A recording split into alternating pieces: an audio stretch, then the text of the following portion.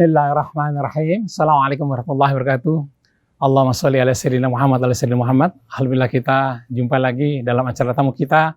Kami sekarang sedang berada di Rumah Madura di Cibubur, di kediaman Pak Farid Thalib yang asri dan artistik.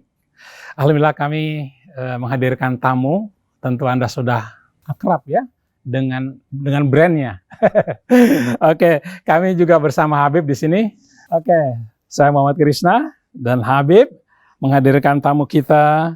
Beliau lahir di Makassar tanggal 15 April tahun 79 di Makassar. SMP-nya di Makassar, kemudian SMA-nya di SMA Taruna Nusantara di Magelang. Angkatan putranya Pak SBY itu siapa namanya? 97. Agus. Ya, wah, orang-orang ganteng loh. Ini juga ganteng tamu kita. Beliau adalah Rahmat Kaimuddin, CEO dari Bukalapak. Nah, boleh sebut Bukalapak, Anda sudah hafal ya. Assalamualaikum Mas Rahmat. Waalaikumsalam warahmatullahi wabarakatuh. Masya Allah. Tadi susah nggak cari tempat Cibubur ini? Oh enggak. Kebetulan ada saudara di sini. Nah, Mas Rahmat, Anda kan pernah menjadi konsumen dalam berbelanja. Kalau Anda membelanja, apa yang menjadi tahap pilihan Anda? Jadi produknya, kebutuhannya atau apa? Apa menjadi tindakan Anda dalam berbelanja? Nah, biasanya sih dari kebutuhannya dulu ya. Kebutuhan jadi. Terus habis itu baru kita cari produk yang sesuai. Ya, kira-kira. Anda kelihatannya suka kesederhanaan ya? Biasa aja sih. Ya, bikin pakai kaos saja.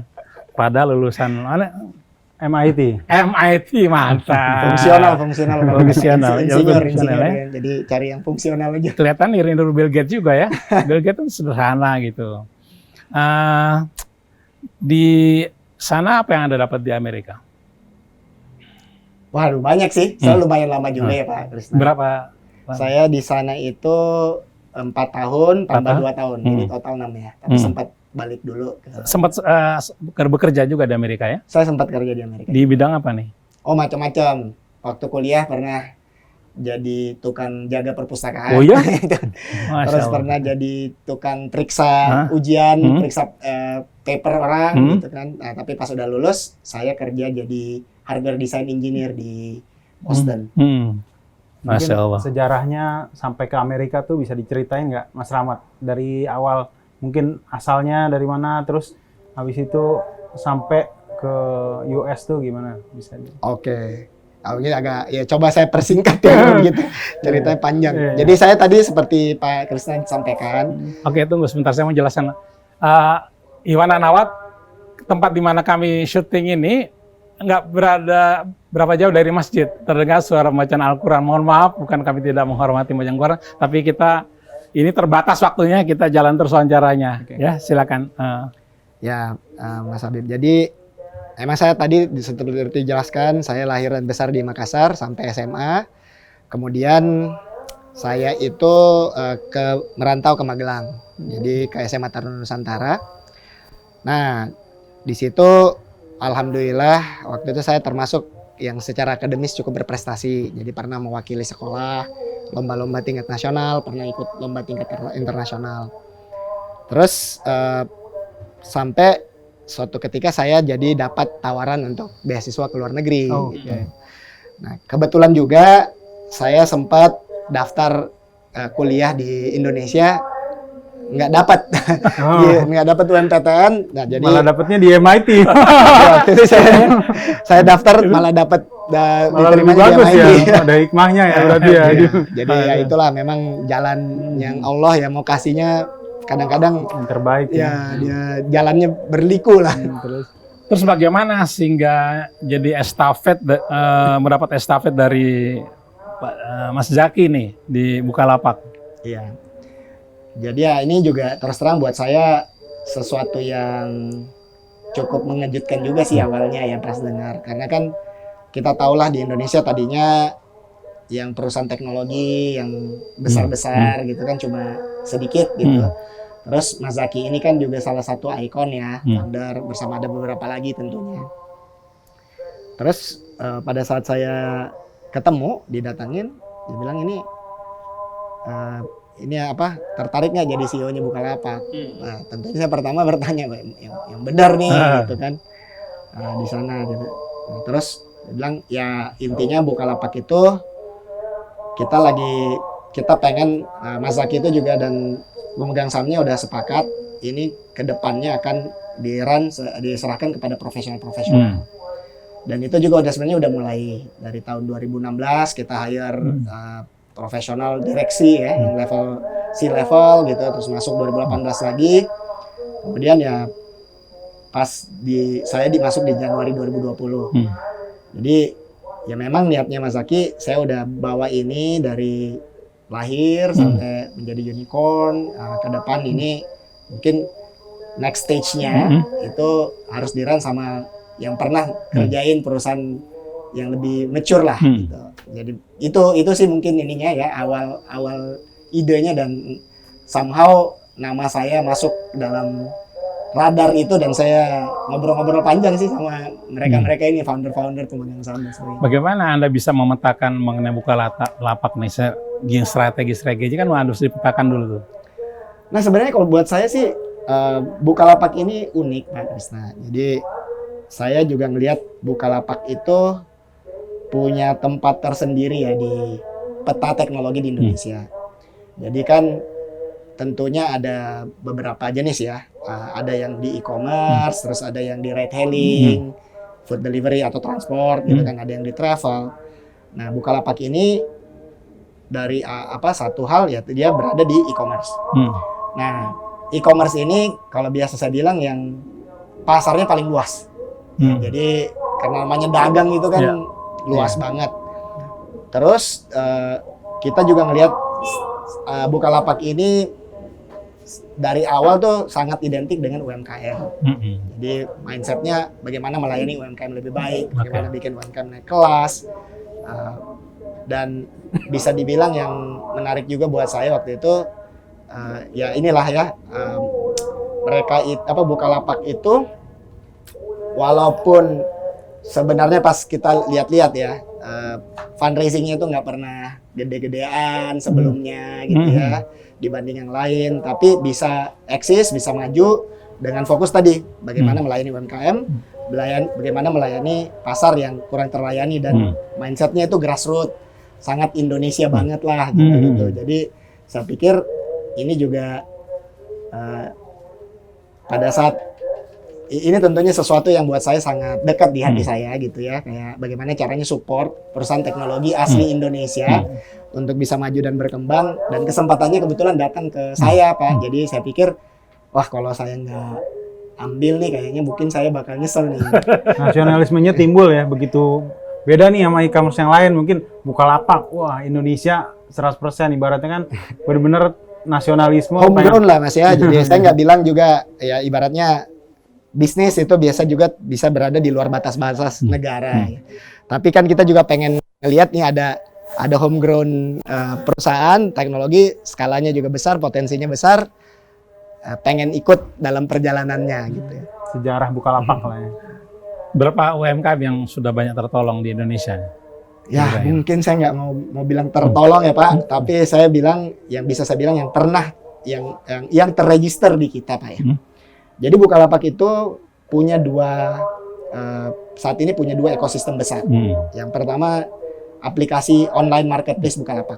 Jadi yaitu kayak pasar, di mana kita adalah pengelola pasar, orang bisa listing barangnya, jualan, dan orang bisa beli tentunya. Yang kedua platform kita kan ada Mitra Bukalapak Pak. Jadi ya Mitra Bukalapak ini niatnya adalah mendigitalisasi UMKM, terutama yang offline ya warung-warung. Jadi di situ fiturnya adalah dengan aplikasi ini si warung-warung ini bisa jualan barang-barang digital atau barang virtual. Misalnya pulsa, listrik, bayar tagihan, bayar e-commerce dan sebagainya.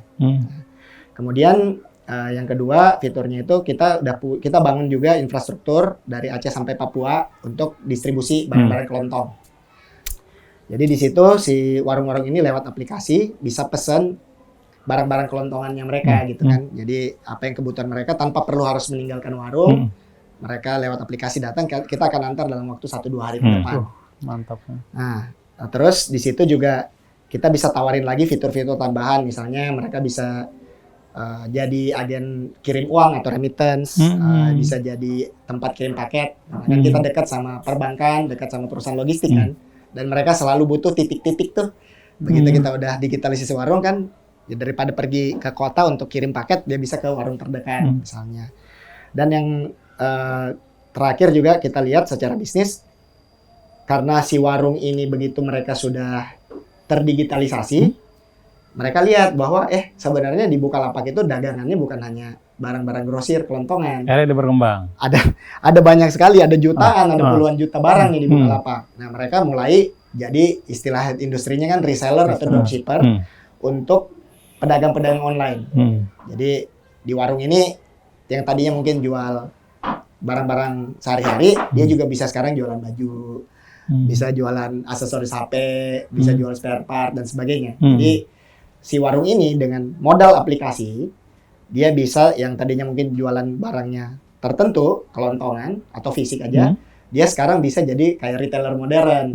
Mau ngapain aja bisa, barang digital bisa, bayar tagihan bisa, barang kelontongannya komplit. Bahkan kalau mau beli barang lewat online pun bisa dibantu gitu.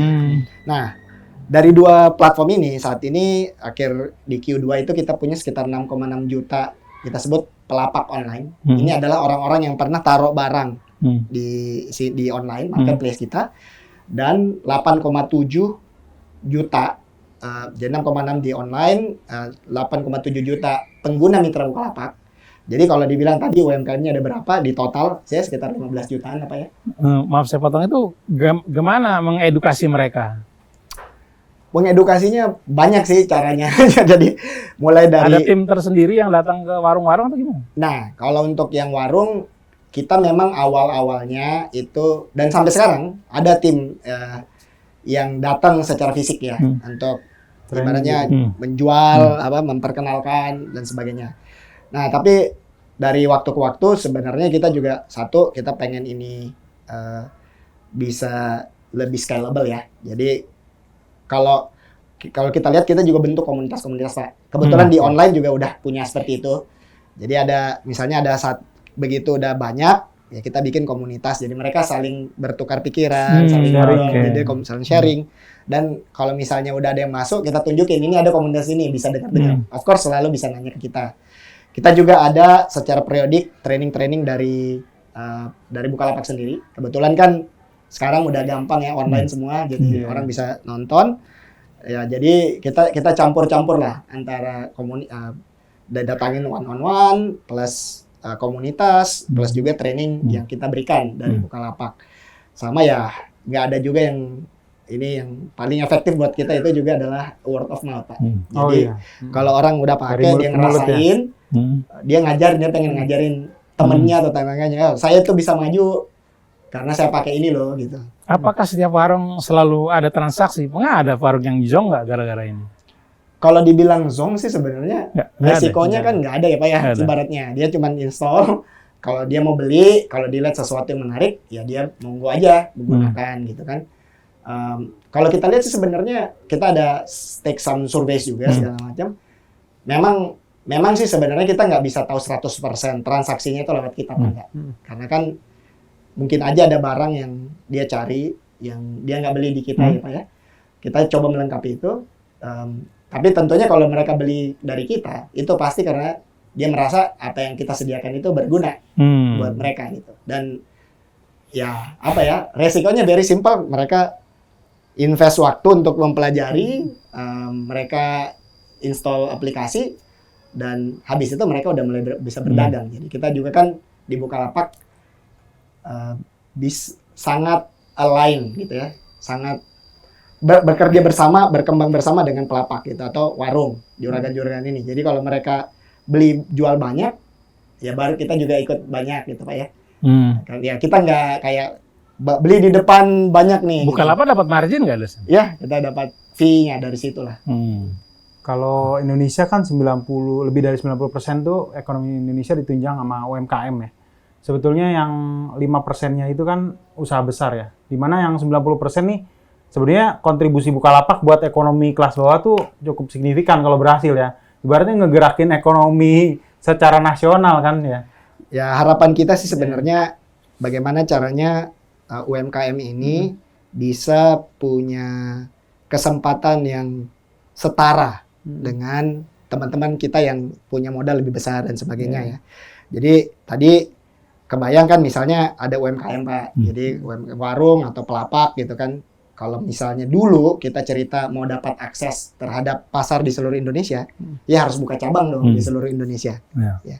Mau jualan di tempat yang rame, harus bikin tempat di pasar gitu ya, yang besar dan harus punya kios dan sebagainya. Tentunya nggak semua orang punya itu. Ya, karena kita namanya aja udah buka lapak gitu.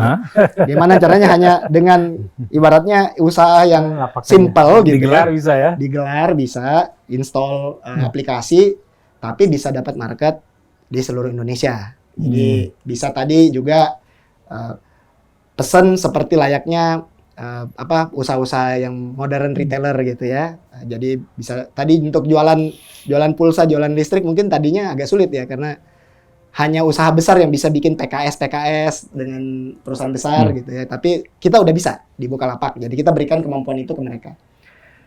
Datanya juga sudah makin lama. Misalnya kalau ada UMKM yang berdagang sendiri, tentunya mungkin dia mencatat hasilnya lewat pencatatan manual. Kalau mau cari pinjaman atau cari modal tambahan, itu agak sulit mungkin dibuktikan gitu ya, bahwa benar nggak nih transaksinya seperti ini. Tapi kalau di platform, kelihatan kan bahwa kita bisa ikut menjelaskan bahwa benar si A, si Fulan, dan si Fulana ini transaksinya di platform kita, ini nilainya segini. Dan mereka udah berapa lama dan sebagainya. Itu juga bisa membantu UMKM untuk terkorporatisasi ibaratnya, dan juga bisa dapat lebih mudah untuk mendapatkan modal kerja dan sebagainya gitu. Jadi itu hal-hal sebenarnya kita coba bantu lah. Saya ngamatin juga Bukalapak ya, sampai ada dulu Buka Global ya. Itu sampai buat ekspor, bantu segala macam gitu. Ya. Luar biasa sih menurut saya tuh, benar-benar grassroots yang di itu. Jadi Bukalapak membuka ruang untuk orang-orang pemodal-pemodal kecil. Paling kecil berapa bisa masuk di Bukalapak? Sebenarnya selama ada sinyal bisa. Jadi itu aja sebenarnya. Selama masih hidup. Ya karena gadget itu kan boleh minjem gitu. Ibaratnya selama ada akses terhadap di daerah-daerah kan udah ada sinyal semua. Saya mau tanya, Bukalapak ngongkos ongkir juga nggak? Ngurusin ongkir juga nggak? Ya, mungkin maksudnya ngurusin logistik itu ya. Jadi kan gini, tentunya di dunia e-commerce itu ada beberapa pilarnya ya. Kita bikin platformnya, orang taruh barang, ya kan. Terus kita bawa pembelinya, penjualnya, orang bisa lihat, bisa transaksi. Tapi tentunya harus ada pembayaran, karena harus dibayar tuh barang. Yang kedua, barangnya harus nyampe dong ke pembelinya gitu ya. Jadi harus ada logistik. Nah, di Bukalapak kebetulan hari ini kita berpartner dengan kayaknya untuk yang online aja itu 12 3PL. Jadi kita bayangkan ya, soalnya kita merasa di Indonesia ini negara sangat luas, logistik ini sangat kompleks, sehingga kalau ibaratnya mungkin belum ada nih yang satu player yang bisa melayani 100% kebutuhan manusia gitu ya di Indonesia ini. Jadi kita berikan pilihan-pilihan di mana yang mana yang terbaik untuk di daerahnya, kita sediakan aja pilihan-pilihan itu buat pelapak-pelapaknya. Silakan pelapaknya mau pakai yang mana gitu kan. Jadi dari situ ya kita bikin partnership dan kita tentunya monitor standarnya, SLA-nya dan sebagainya. Kalau kurang bagus, kurang puas ya kita juga bantuin lah untuk nge-push ke logistik company. Kalau untuk yang mitra Bukalapak ini kita lebih ini lagi ya, kerjasamanya itu mungkin lebih lokal lagi karena kita kerjasama sama distributor lokal, memastikan bahwa ya ini yang pesan warung mana nanti akan diantar barangnya ke sana. Jadi walaupun secara ini kita nggak punya perusahaannya, tapi kita sebenarnya bekerja sama dengan mereka supaya untuk memastikan experience-nya atau barangnya itu tentunya sampai dengan baik atau transaksinya terjadi dengan baik lah. Nah kalau Mas Rahmat mau belanja, lihat Bukalapak juga nggak? Oh saya boleh Bukalapak. Jadi teman-teman juga Bukalapak. Jadi saya kalau di rumah saya bilang berbelanja untuk online di luar Bukalapak hukumnya haram. Tapi kalau di kantor makruh ya. Karena saya nggak bisa ngurusin anak orang. Jadi Mas Rahmat ini nggak pernah datang ke ruko, ke mall gitu, nggak pernah? Oh ya, tentunya pernah, kan nggak semua juga ada ya Pak ya. Jadi tentunya, tapi dengan pandemi Seperti ini, resto hanya bisa dikunjungi. pandemi gitu. resto ya, beli barang sih ya saat ini karena kita lagi masa pandemi, saya jarang banget sekarang untuk ini ya, belanja offline. Ya ada beberapa hal yang memang fresh food gitu, groceries gitu itu kita lakukan, tapi belanjaan ya hampir semua kalau dilihat tagihan bank atau kartu kredit atau uang saya Semua itu ke online. Bukalapak. Banyak banget. Kecuali tambal ban gitu ya. Tambal ban. Yang fresh yang bisa dipegang, yang ada rasanya itu mungkin masih bisa visit ya. Iya, iya. Lalu bagaimana Bukalapak cara menyikapi, karena terutama produk-produk yang ada warnanya, kadang-kadang tidak sesuai dengan warna seperti yang dia gambar itu. Iya. Pas sepatu atau apa, bagaimana Bukalapak? Nah ini kan sebenarnya posisi kita itu adalah membantu menyediakannya Pak ya, menyediakan platformnya. Jadi ya ibaratnya apa yang kita coba bantu, tentunya teman-teman misalnya dia bisa taruh gambar berapa gitu kan. Kita minta latih mereka juga, atau minta mereka untuk menaruh deskripsi secara baik, segala macam. Nah dari situ ya memang ada keterbatasan ya. Jadi kadang-kadang itu namanya fisik dan namanya digital pasti ada bedanya.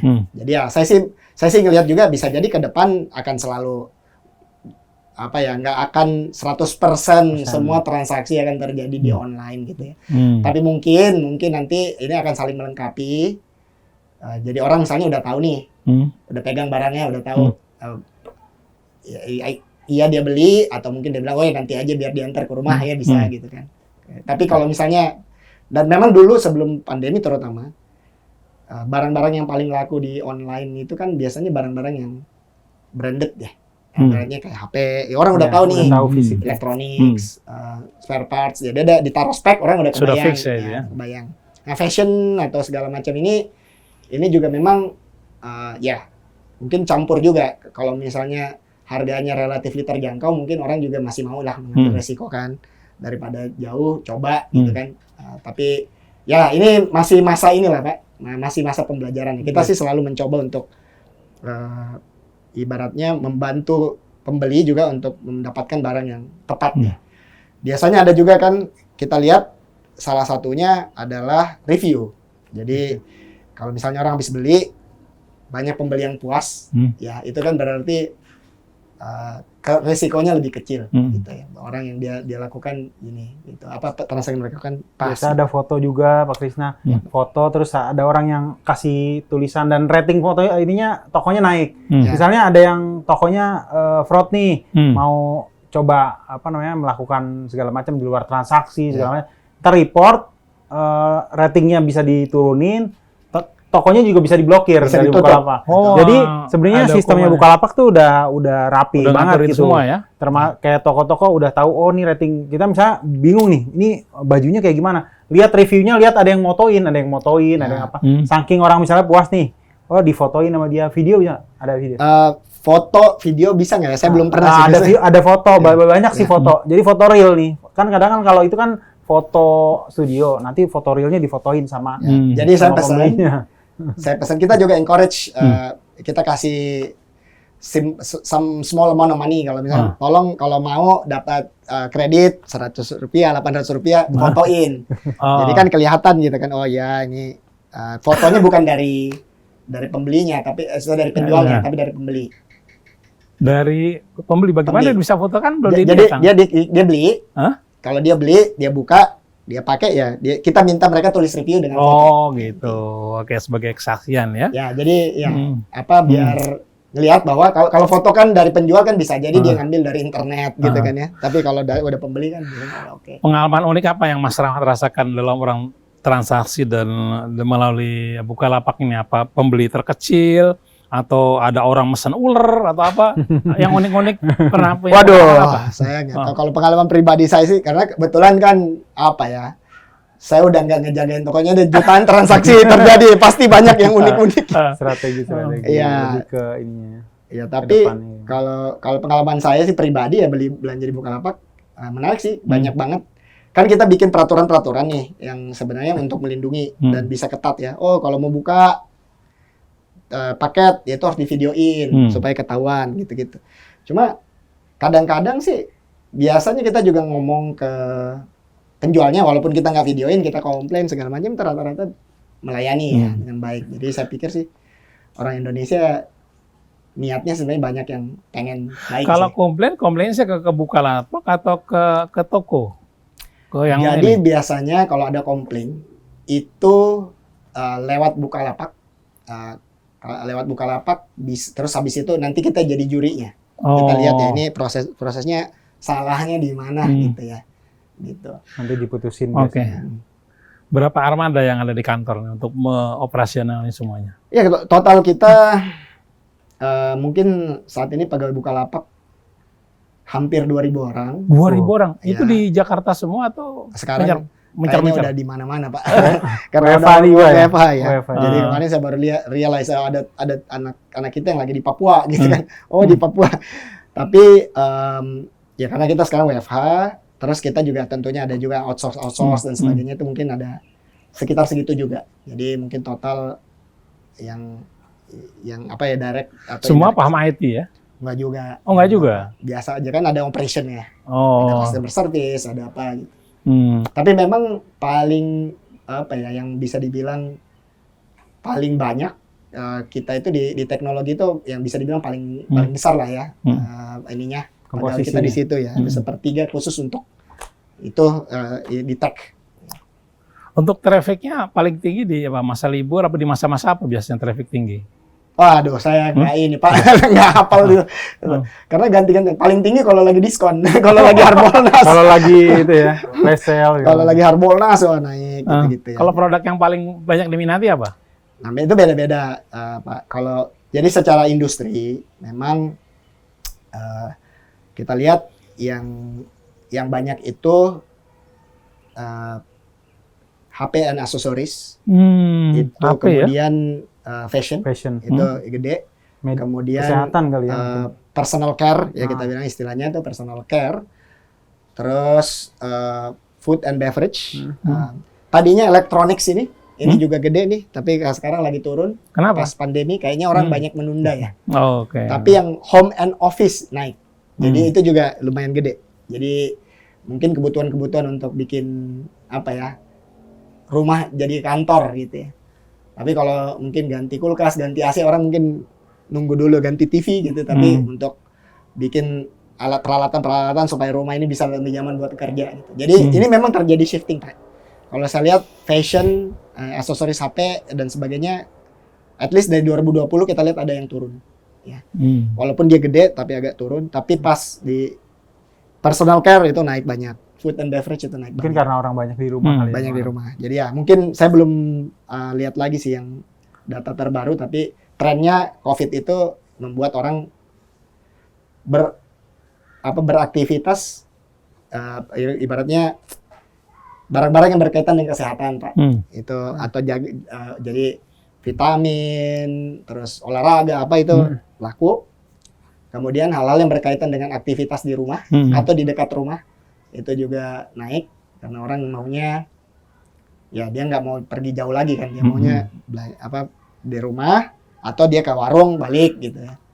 Sama ya mungkin tadi barang-barang yang durable big ticket items ini yang mungkin bisa ditunda, orang nunda dulu ya karena mungkin dia lihat kondisi ekonomi masih belum stabil, masih mendingan beli saham kali itu gitu atau invest atau taruh di bank dan sebagainya.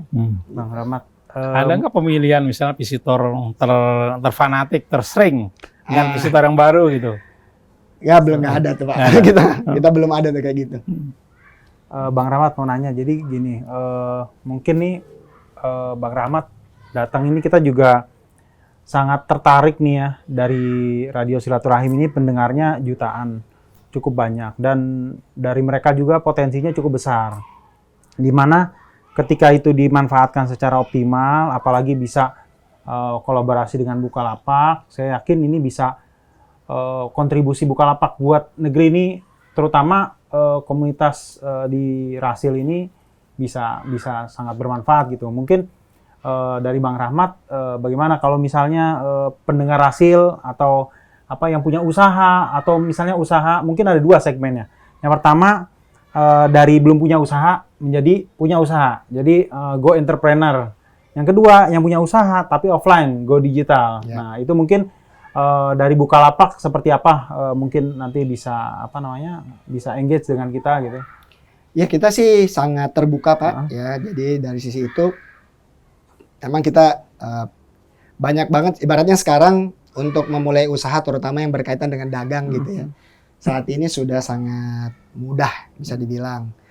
Nggak perlu lagi ibaratnya harus punya ruko dulu dan sebagainya. Jangan tadi modal sinyal dan semangat kemauan untuk belajar itu insya Allah bisa. Banyak sekali cara-caranya. Misalnya kalau di Bukalapak itu lihat aja di event itu pasti ada training untuk istilah kita onboarding yang tadi dari belum mulai menjadi mulai ya. Jadi di situ bisa dilihat cara bikin toko yang baik ya kayak gimana, menarik traffic dan sebagainya itu satu hal yang ya kita bisa bantu juga. Terus nanti kalau udah kita juga ada pelatihan-pelatihan kadang-kadang dengan pemerintah, dengan organisasi segala macam juga untuk supaya biasanya kan lebih dekat ya, lebih enak bisa langsung tanya dan sebagainya. Itu juga kita lakukan. Tentunya juga kalau mau bikin usaha offline kayak warung tapi pengen yang lebih naik kelas, yang lebih modern, itu juga bisa menggunakan aplikasi Mitra Bukalapak. Di situ juga ya sebenarnya banyak sih, mulai aja dulu kita ini ya install gitu, habis itu lihat main-mainin gitu. Kalau susah mungkin bisa ditanya ke kita gitu ya. Banyak kok training-trainingnya untuk itu, dan mungkin kalau ada dalam bentuk komunitas dan sebagainya boleh juga nanti kita hubungkan dengan komunitas-komunitas kita. Kita kebetulan ya biasanya di tiap daerah itu ada komunitasnya lah, ada ketua kelasnya gitu kan. Jadi mereka biasanya juga ingin bantu. Ya tadi ya. Nah, memang kalau untuk pembeli Pak, tadi kita bukan yang biasanya kalau kita ada ulang tahun atau apa yang kita kasih reward atau penghargaan itu adalah usaha-usaha atau pelapak-pelapak atau mitra-mitra kita yang kita lihat support dan bisa bantu kita yang terbaik lah gitu. Jadi bukan yang beli banyak tapi mungkin yang jual banyak atau yang bantu paling banyak orang lain dan sebagainya gitu. Itu yang biasanya kita suka ada pertemuan offline dengan para dulu lebih pelapak-pelapak sering. itu? Dulu lebih sering. Jadi waktu zaman pre-pandemi itu kita itu ada 142, ada komunitas di 142 titik. Tapi sekarang kan kita nggak lebih ya, virtual. Ya, kita nggak ini ya, nggak encourage juga untuk bikin seperti itu, sehingga ya bentuknya nanti ini virtual. Jadi sering banget sih ada apa ya, silaturahim, acara silaturahim gitu, kumpul-kumpul. Saya juga kadang-kadang suka buka. Ya cuma memang kondisinya harus kita jaga untuk protokol kesehatannya. Jadi untuk pendengar nanti yang berminat untuk menjadi mitra Bukalapak atau misalnya saya mau mulai usaha nih bingung segala macam, nanti mungkin bisa hubungin Rasil lewat Etara ya Pak Krisna ya. Berapa nomor telepon? Oh iya, 08 19-nya 4 kali 36. 08 19 19 19 19 4 kali? 4 kali 19-nya. Nanti kita coba koordinasiin dengan pihak Bukalapak.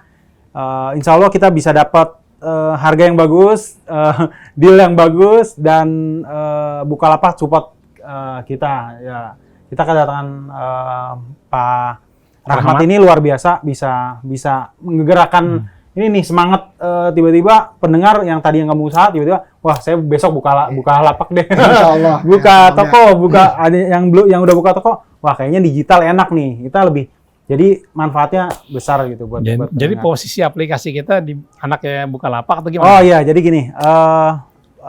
Mungkin pendengar saya mungkin launching hari ini Rasil melaunching aplikasi namanya hejra.id. Kalau dicari di Play Store itu ada logonya 720. 720 nggak pakai AM ya, 720. Jadi itu aplikasi Rasil di mana untuk tahap 1 ini kita lebih ke edukasi. Gimana pendengar ini kan banyak yang pengen dengar ceramah ustadz misalnya, atau psikologi anak, atau misalnya terkait edukasi. Jadi bukan urusan belanja aja. Nah, bukan. Jadi kita lebih pengen ngasih pendengar itu ilmu dulu. Jadi di hejra.id itu ada terkait pendidikan-pendidikan, ustadz-ustadz, dan itu bisa dilihat di aplikasinya satu.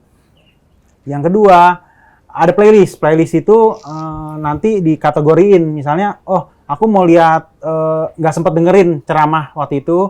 Oh aku mau lihat ini nih, tentang apa namanya, cara didik anak gitu, tentang kesehatan. Kita banyak, kebetulan Bang Rahmat, kategorinya ya, Pak Krisna ini host senior di Rasil. Jadi kita bisa lihat playlist, terus kita juga ada Etara kita masukkan juga aplikasi, bisa nanti kita berharap banyak bisa kolaborasi sama Bukalapak ke depannya. Lalu nanti untuk yang berminat untuk download aplikasinya Hejra ataupun misalnya menjadi mitra Bukalapak, nanti kita bantu fasilitasi.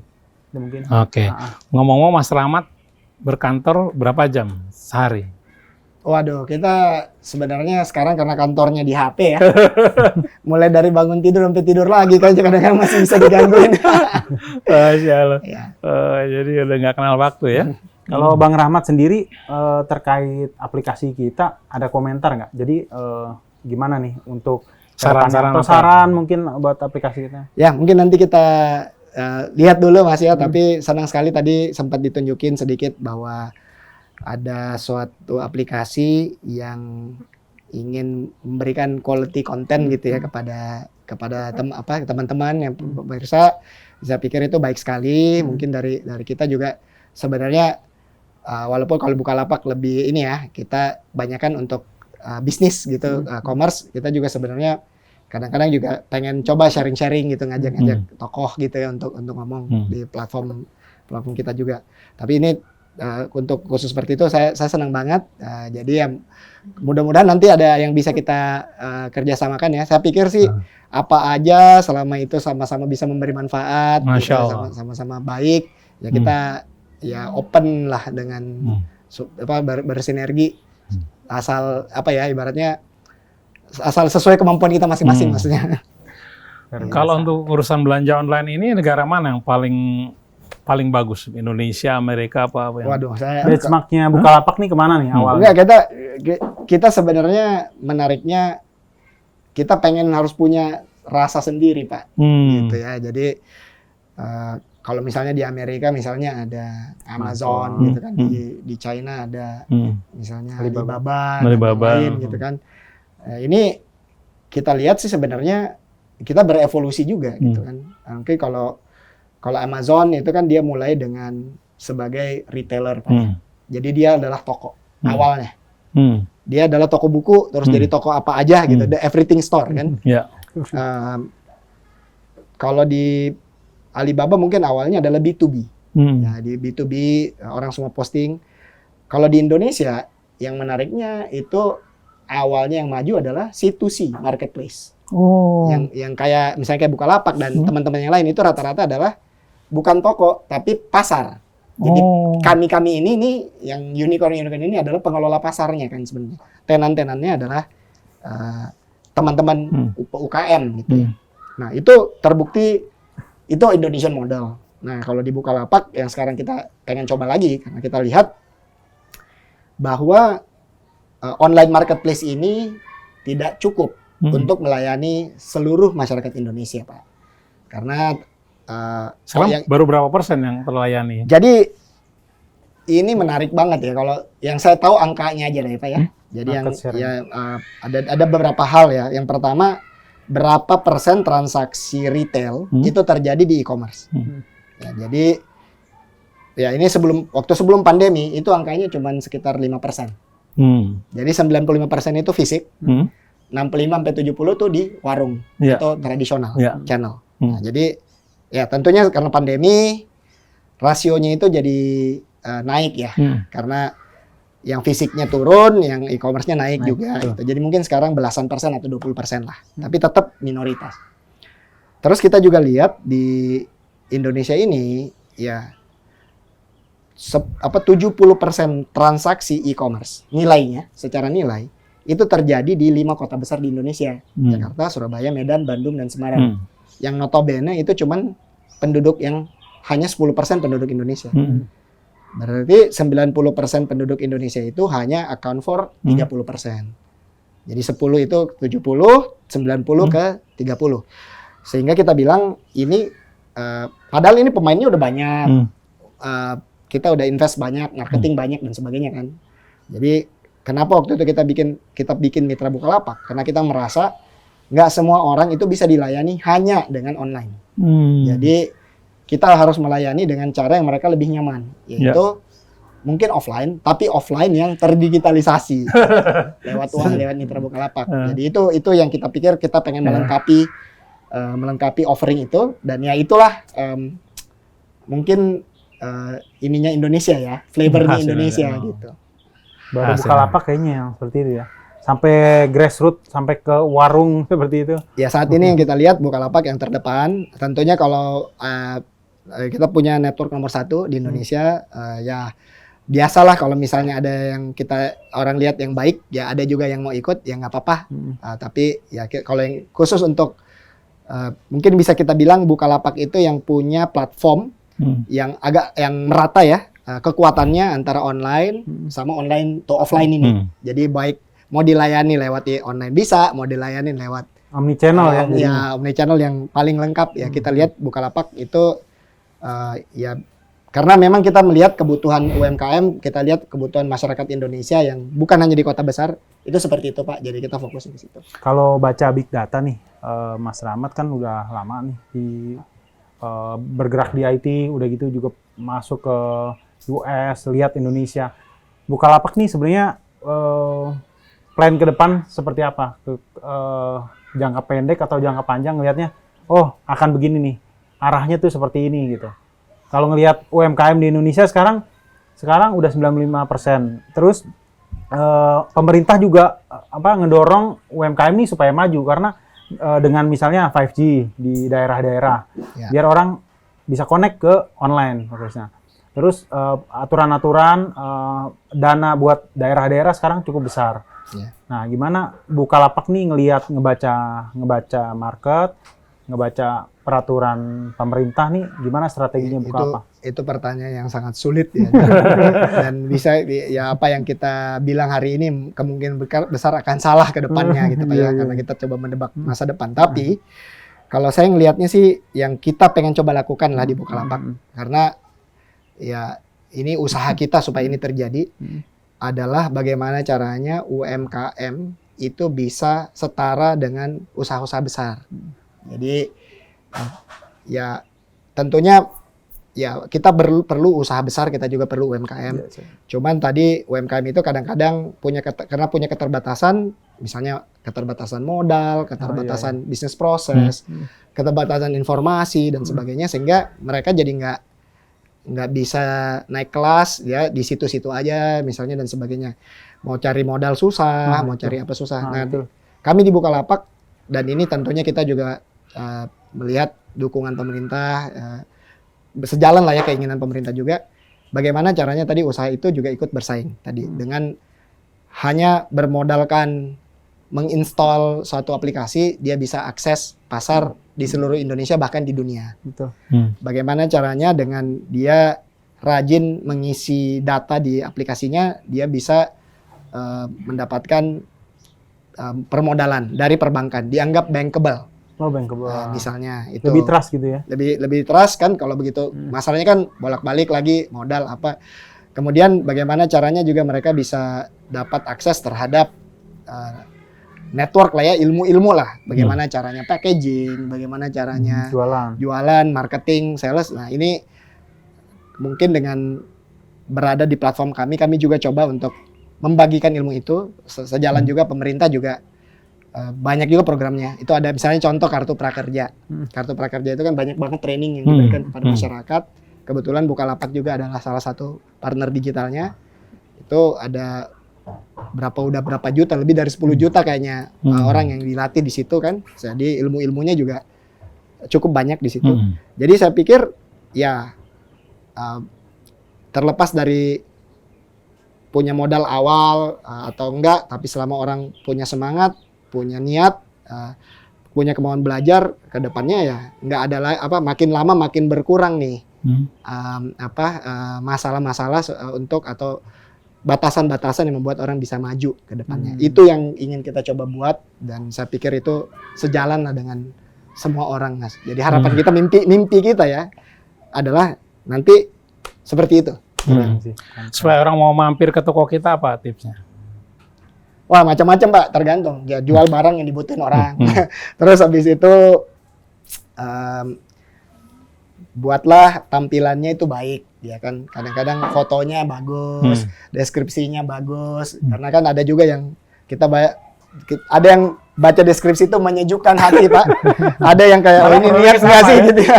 Ada yang kayak jualan obat gitu ya. Wah, ini ya, terus ini juga kadang-kadang gini, kita biasa ya ada aja lah cara-caranya supaya muncul ke depan, tapi engagement-nya juga itu penting, Pak. Jadi kadang-kadang orang kan nanya dulu, nanya, oh ini barangnya apa, jawablah dengan ramah gitu kan, ya. Misalnya pada saat dikirim, pada saat terjadi transaksi, layanilah dengan baik, dengan komunikatif atau cepat, itu juga biasa make a difference. Karena begitu makin lama kan, satu pelanggan puas, dua pelanggan puas, beberapa pelanggan puas, dia akan meninggalkan review yang bagus. Nah, itu makin lama reputasi itu akan makin lama makin tinggi gitu. Seberapa jauh orang-orang bule-bule, orang-orang asing yang mau manfaatkan Bukalapak? Banyak nggak?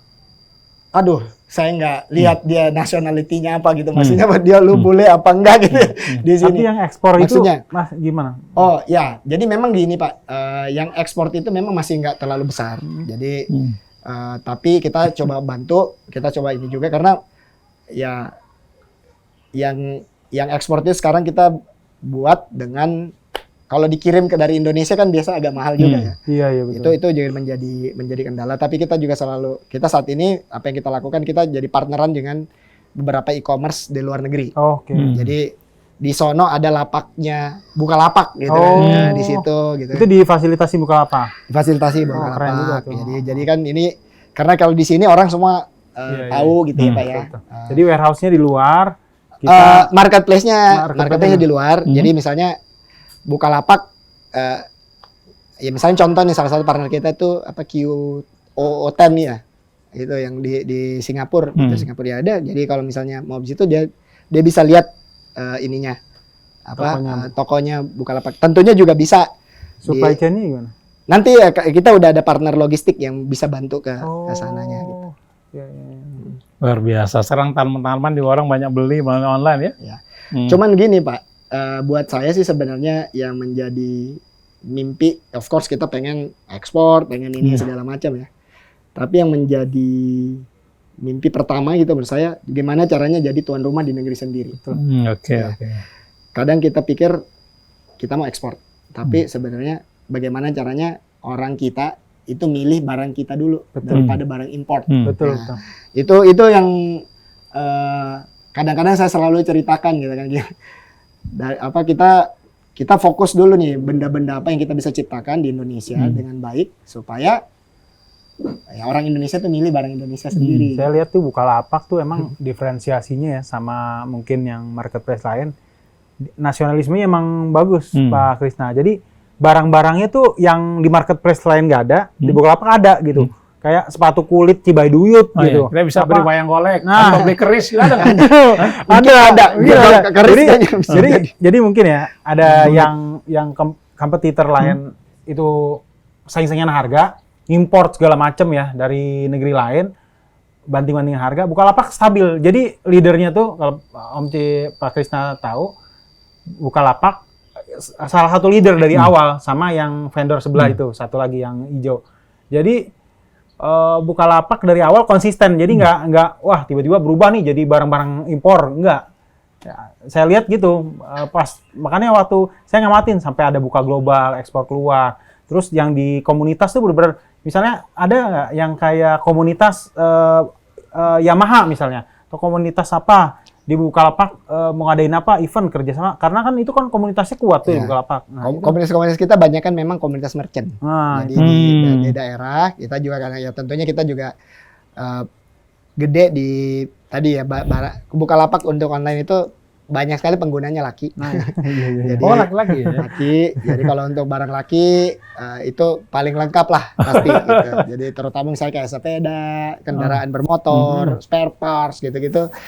Kalau saya kemarin saya ngetes itu di rumah, saya ada beberapa laptop yang ibaratnya udah nggak mau dipakai tadinya gitu ya. Ada juga yang udah rusak gitu.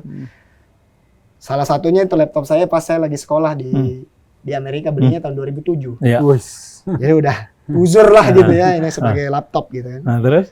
Ya udah saya cariin karena kerja di rumah weekend iseng-iseng ngoprek gitu kan.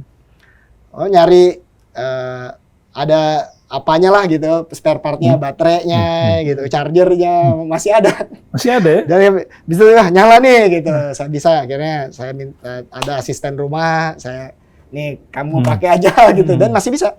Maksudnya dia dipakai buat Zoom, dipakai buat browsing apa segala masih bagus lah. Jadi customer laki juga beda nih ya, Om Krisna. Customer laki sama customer perempuan tuh beda. Saya juga kan penjual juga kan. Jadi kalau customer laki nggak banyak milih dan nggak banyak komplain. Jadi begitu beli barang aja. Misalnya kita ada kurang dikit atau misalnya ada terlambat, udah nggak apa-apa. Udah selesai gitu. Tapi makanya barangnya ada, harganya ada, masuk akal. Masuk akal, udah beli gitu. Dibeli. Nggak banyak komplain, nggak banyak nanya gitu. Biasanya gitu. Di Bukalapak ada penyalahgunaan nggak? Misalnya untuk mencari jodoh di Bukalapak gitu. Ada nggak? Buka jodoh ya. Mungkin itu yang perlu kita lakukan. Banyak soalnya teman-teman kayak Dimas ini masih single ya. Jadi kita high quality jomblo ya. ya. Masya Allah. Ya ini kadang-kadang memang begini, ini bukan hanya di Bukalapak, tapi secara teknologi itu selalu ada resiko gitu ya Pak ya. Tapi bukan hanya di online sebenarnya, di dunia fisik pun selalu ada resiko gitu. Nah ini juga sesuatu yang selalu kita coba tingkatin, security, dan kita juga edukasi. Misalnya contoh, ya ada aja yang pengen pura-pura ini kan minta password, minta PIN, terus yang dilalahnya dikasih gitu misalnya sama bisa orang. dikasih ya? Karena orang Indonesia mungkin pada dasarnya itu Percaya. husnuzon Pak ya, berprasangka baik.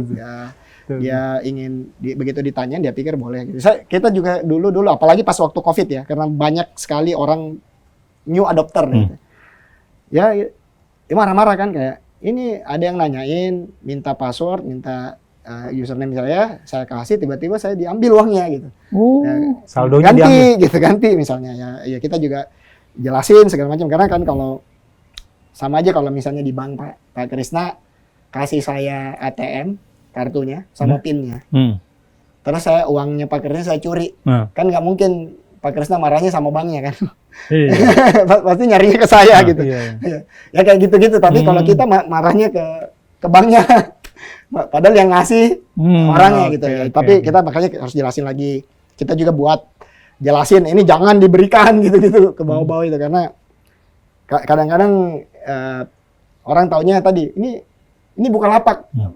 Padahal ya memang kita jadi tempat terjadinya transaksi, tapi ya pelakunya terjadi di luar. Jadi ya itu hal-hal yang saya pikir bukan hanya terjadi kita, terjadi di semua tempat. Dan itu saling mengedukasi ya. Kita juga memperkuat sistem, tapi nggak bisa juga tapi kalau itu datangnya dari pengguna, kita juga ya hanya bisa bantu mengedukasi juga dan inilah. Karena kalau mau dibuat semuanya super secure nanti malah nggak bisa transaksi juga. Apa ini kemungkinan bisa dihack nggak sih? Kalau misalnya semua kemungkinan bisa terjadi Pak di dunia digital, tapi kita hari ini selalu mencoba memperkuat protectnya. Macam-macam, ada tim security-nya segala macam. Seperti kalau rumah kan ada satpamnya. Seperti ada yang bilang rumah ini bisa kecurian apa enggak?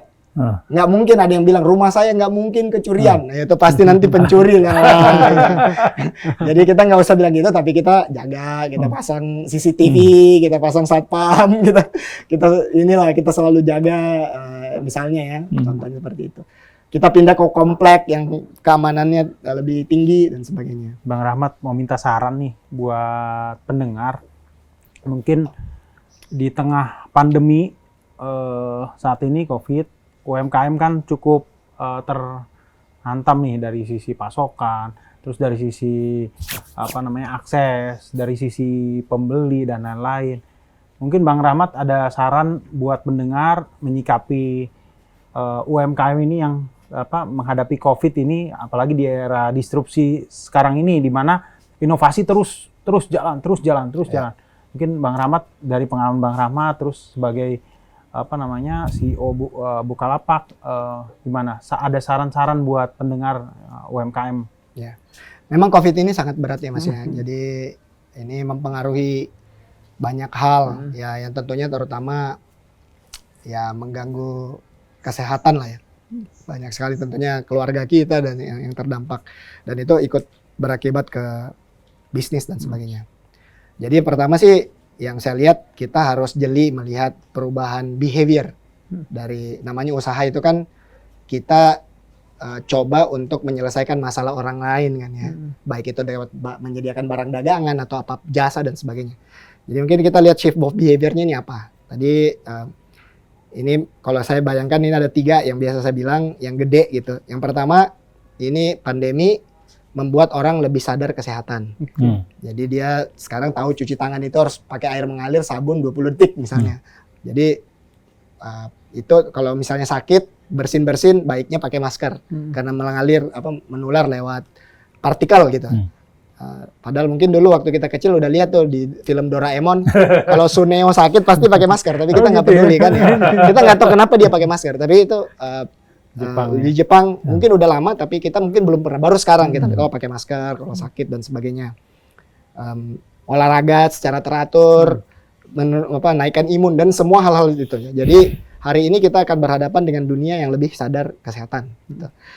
Kemudian tadi rumah itu menjadi center of activity, jadi home centric or near home centric, di mana rumah yang tadinya mungkin hanya tempat tidur menjadi tempat bekerja, tempat menghibur diri dan sebagainya. Jadi mungkin pada saat melakukan penjualan juga mikir nih, ini rumahnya ya ini bagaimana caranya orang dengan behavior seperti ini gitu.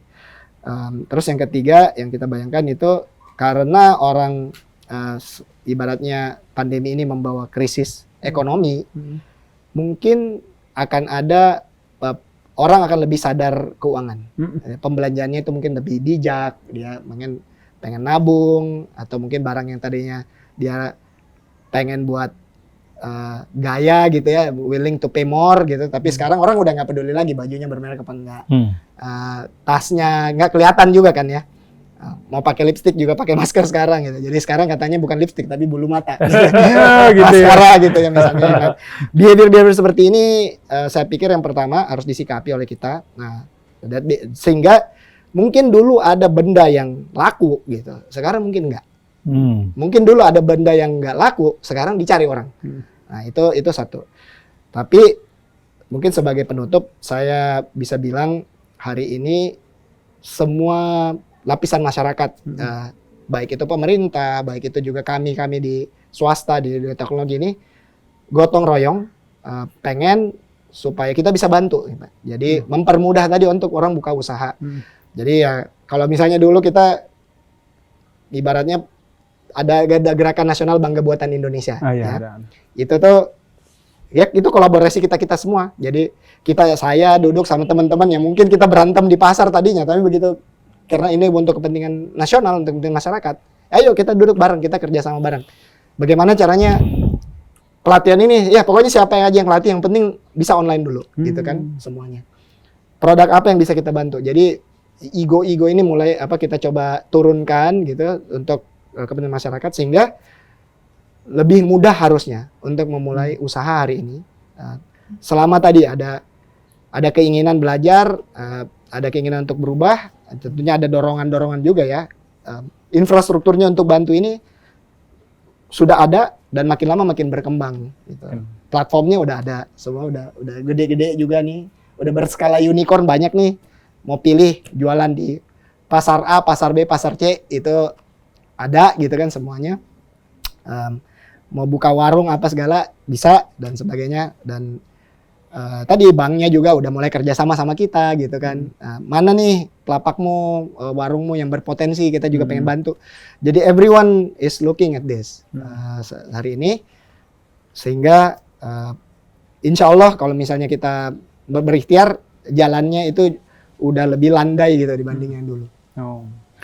Oke, Bib, kita sudah dibatasi oleh waktu. Ondi sudah ngasih kode tadi. Terima kasih ya, Mas Rahmat, atas uraian mengenai Bukalapak. Kita jadi banyak tahu ya soal belanja online dan lain-lain. Udah dikupas habis tadi. Alhamdulillah, dapat pengetahuan. Terima kasih. Terima kasih, Mas Habib, Mas Dimas juga terima kasih. Oke, saya Muhammad Krisna, Ondi Saputra, Neza, kemudian Fikri, kemudian Hafiz, Dimas, dan siapa lagi? Musa. Mohon pamit, mudah-mudahan siaran ini bermanfaat. Wabillahi taufiq wal hidayah. Wassalamualaikum warahmatullahi wabarakatuh. Waalaikumsalam warahmatullahi wabarakatuh.